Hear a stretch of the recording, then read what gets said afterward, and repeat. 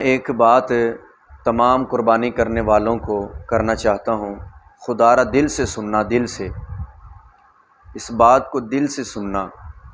قربانی آ رہی ہے، غریبوں کا خیال رکھنا خدا را۔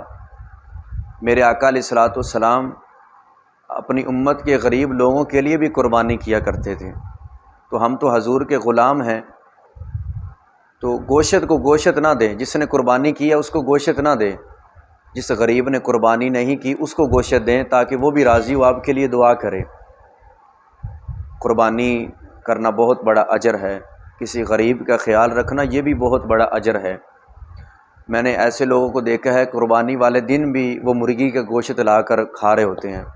کیوں کہ آج کل کے لوگ غریبوں کا خیال نہیں رکھتے، وہ کہتے ہیں کہ میں گوشت والے کو گوشت دیتا ہوں، وہ میرے گھر میں گوشت دے گا، ایک قربانی والا دوسرے قربانی والے کے گھر میں گوشت دے رہا ہے، غریبوں کا خیال ہی نہیں ہے۔ تو خدا را میں ہاتھ جوڑتا ہوں، غریبوں کا خیال رکھیں۔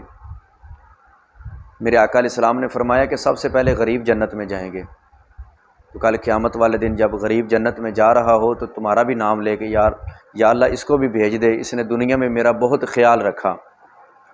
تو قربانی آ رہی ہے، تو خدا را غریبوں کا، مسکینوں کا، یتیموں کا خیال رکھنا۔